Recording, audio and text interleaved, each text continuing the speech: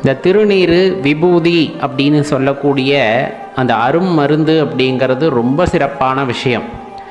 அதை நெற்றியில் உடல் எங்கும் தரித்து கொள்வதை நீங்கள் கண்டு கொண்டிருக்க முடியும். சிவனடியார்கள் பார்த்தா உடம்பு முழுக்க பூசிப்பாங்க. அதில் ஒரு ஆனந்தம் பிறக்கும். எப்போவுமே தெளிவாக தெரிந்து கொள்ள வேண்டும்.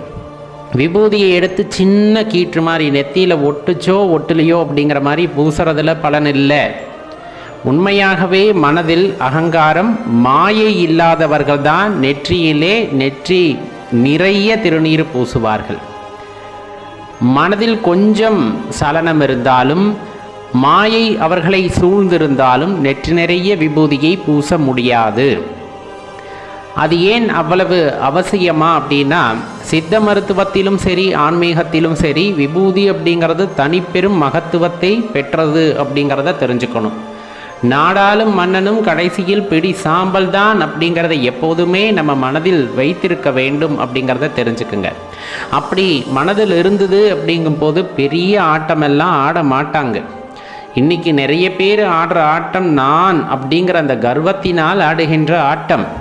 நாம் என்ன ஆட்டம் போட்டாலும் கடைசியாக பிடி சாம்பல் கூட மிஞ்சாது அப்படிங்கிற அந்த தாற்பயம் அந்த விபூதியை தொடும்போதெல்லாம் வரும். இன்னும் சில கிராம ஆலயங்களில் பார்த்தீங்கன்னா அந்த அடுப்பு சாம்பலை தான் விபூதியாக அல்லது பிரசாதமாக கொடுக்கின்றனர்.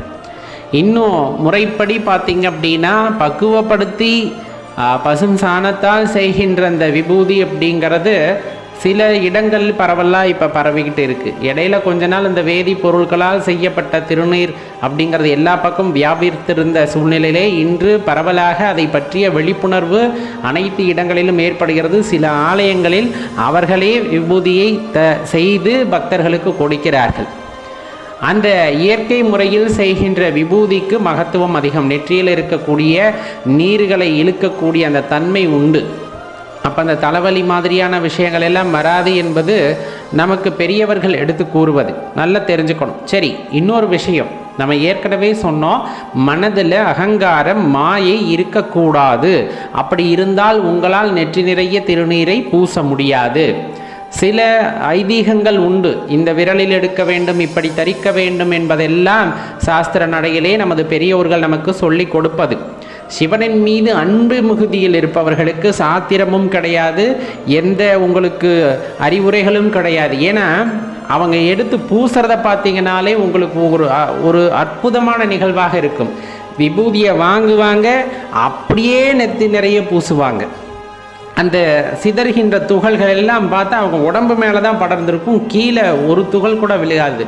அவ்வளவு அருமையாக பூசுவார்கள். ஏன்னா ஐயன் கொடுக்கின்ற பிரசாதம் அல்லவா, ஐயன் கொடுக்கின்ற பிரசாதம் அல்லவா, அதை வீணாக்க முடியுமா? உடலெங்கும் பரவி கிடக்கட்டும். அவருடைய அந்த எண்ணம் அப்படிங்கிறதும் அந்த உடல் முழுவதும் பரவ வேண்டும் அப்படிங்கிறதுனால தான் அப்படி பூசுவாங்க. சில பேர் 3 கீற்றா பூசுவாங்க. இந்த மாதிரி அவர்கள் பூசுகின்ற விதங்கள் வேணால் மாறலாமே தவிர அவர்களுடைய அன்பு அப்படிங்கிறது எப்பவும் மாறாது. சிவன் மீது கொண்ட அன்பு அப்படிங்கிறது எப்பவும் மாறாததாக இருக்கும். இன்னும் சொல்ல போனால் விபூதி வாங்கிட்டு வர்றோம் இல்லையா, ஒவ்வொரு ஆலயங்கள்லேருந்து வாங்கிக்கிட்டு வர்றோம். முன்னாடியெல்லாம் குருமார்கள் அந்த பட்டு வஸ்திரத்தால் செய்த பை ஒன்று இருக்கும், அதில் எல்லா ஆலய விபூதியையும் போட்டு வந்து கொண்டே இருப்பார்கள். அது யாரையாவது ஆசீர்வாதம் செய்ய வேண்டும் என்றாலும் பஞ்சாட்சர மந்திரத்தை சொல்லி எடுத்து அவர்களுக்கு பூசி விடுவார்கள். சில பேர் நோய் நொடியால் பாதிக்கப்பட்டிருப்பார்கள், மனதால் பலவீனமானவர்களாக இருப்பார்கள். அப்படிப்பட்டவர்களை மனதில் பலவீனத்தை போக்கி அவர்கள் மனோதிடம் வாய்ந்தவர்களாக மாற்ற வேண்டும் என்றால் இறை நம்பிக்கையுடன் அந்த பஞ்சாட்சர மந்திரத்தை சொல்லி உன் நோய் உன்னை விட்டு போகட்டும் அப்படின்னு அந்த குருமார்கள் அவர்களை ஆசீர்வாதித்து அந்த திருநீரை பூசுவார்கள். அந்த அற்புதமும் நிகழும். இது மனம் சார்ந்த விஷயமும் கூட, இன்னொன்று அருள் சார்ந்த விஷயமும் கூட. இப்போ அந்த மாதிரி நம்மளுமே என்ன பண்ணலாம் அப்படின்னா, அந்த பட்டு வஸ்திரத்தில் நீங்கள் எல்லா ஆலயங்களுக்கும் போய் வாங்குகின்ற திருநீரை சேகரித்து வைத்து கொள்ளலாம். எப்போவுமே நல்லா தெரிஞ்சுக்குங்க, நீங்கள் திருநீரை வாங்கி அப்படியே வைக்கிறத விட அப்போ நம்ம பூஜை அறையில் வைக்கிறப்ப எப்பெல்லாம் மந்திரம் சொல்கிறோமோ அப்போல்லாம் அந்த விபூதியை கையில் எடுத்து வச்சுக்கிட்டு 108 முறை ஜபிக்க வேண்டும்.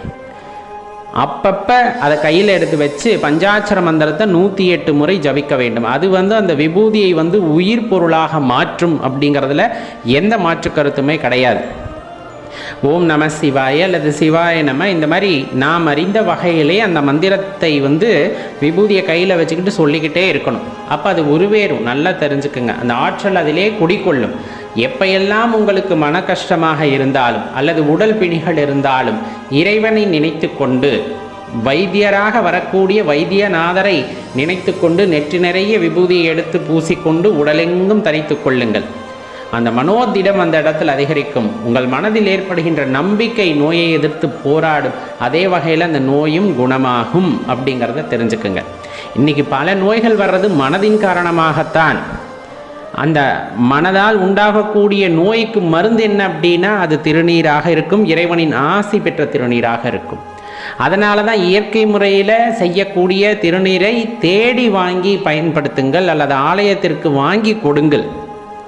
சில ஆலயத்திற்கு நம்மால் அதை அந்த ஆலயத்தால் இப்போ செய்ய முடியாத சூழ்நிலை பரவலாக இருக்கிறது அல்லவா, அந்த பூஜைக்கே அவர்களால் இயலவில்லை. அப்படிங்கும்போது அடியார்கள் முன் அந்த ஆலயத்திற்கு அந்த பசும் சாணத்தால் செய்யப்பட்டது, முறைப்படி செய்யப்பட்ட விபூதி கிடைத்தது என்றால் அதை வாங்கி ஆலயத்திற்கு கொடுங்கள். அங்கு வருகின்ற பக்தர்களுக்கு அது பயன்படும் அப்படிங்கிறத தெளிவாக தெரிஞ்சுக்கணும். இன்னும் சொல்லப்போனால் சித்த மருத்துவ கடையில் உயிர் சத்துக்கள் கலக்கப்பட்ட விபூதி இருக்கும் சில இடங்களில். சில பேர் அந்த உயிர் சத்துக்களை கலந்து விபூதியை தயார் செய்து வைத்திருப்பார்கள். ஆனால் அது பரவலாக எல்லாத்துக்குமெல்லாம் கிடைக்காது. அந்த மாதிரி விபூதியை வாங்கி பயன்படுத்தினீங்கன்னா நம்ம வாழ்க்கையில் எங்கே போனாலும் வெற்றி தான் அப்படிங்கிற மாதிரி இருக்கும். அது ரொம்ப அற்புதமான மருந்து சொல்லப்போனால்.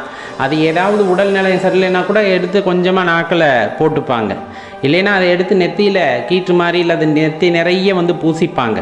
அது உடலெங்கும் பரவி இருக்கின்ற அந்த சூக்ஷ்ம உடலுக்கு ஆற்றலை அதிகரிக்க வல்லது உயிர் சத்துக்கள் நிறைந்த விபூதி அப்படிங்கிறது.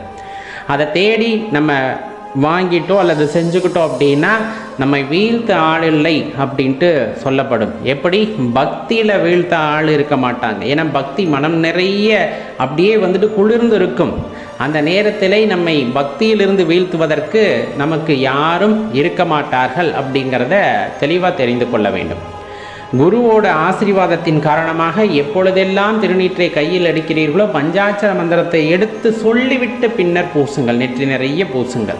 எடுத்ததுமே திருநீரை அப்படியே பூசிக்கிறதுக்கு பதிலாக நீங்கள் எடுத்து முறைப்படி பஞ்சாட்சரத்தை சொல்லி நெற்றி நிறைய விபூதியாக பூசிக்கொள்ளும் பொழுது அற்புதமான பலன்கள் எல்லாம் உங்கள் வாழ்க்கையிலே கிடைக்கும் அப்படிங்கிறத மறந்துட வேண்டாம். சிவாலயத்திலிருந்து திருநீர் எடுத்துட்டு வரலாமா அப்படின்லாம் கேட்கக்கூடாது. அது அரும்பெரும் மருந்து. எடுத்துட்டு வரணும். எடுத்துட்டு உங்களுடனே வைத்து கொள்ளுங்கள். எப்பொழுதெல்லாம் உங்களுக்கு கஷ்டமான சூழ்நிலைகள் வருகின்றதோ அப்பொழுதெல்லாம் அதை நெற்றியிலே தரித்து கொள்ளுங்கள். சிவபெருமான் உங்களுடனே இருப்பதை உணர்வீர்கள். ஏன்னா மற்ற நேரங்கள்லாம் நம்மளுக்கு தெரியாது.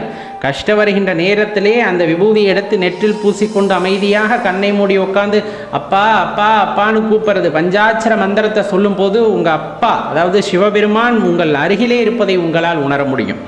எப்படிப்பட்ட கஷ்டம் வந்தாலும் எதிர்கொள் நான் இருக்கிறேன் என்று அவர் அருகாமையிலிருந்து கூறுவதை உங்களால் கேட்க முடியும்.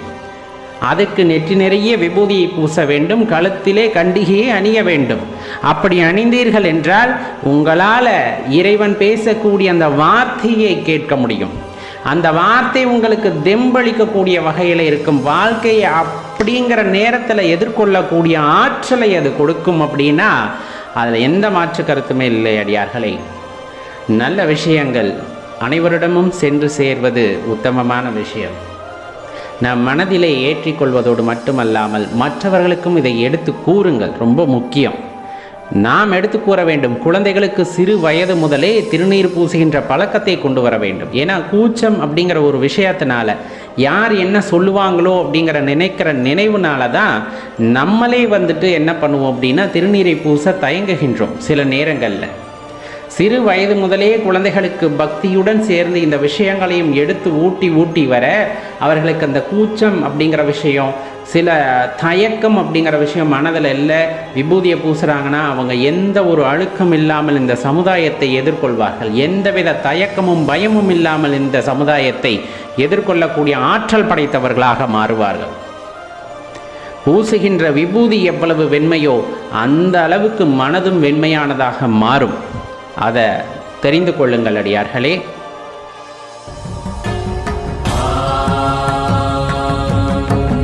त्र्यम्बकं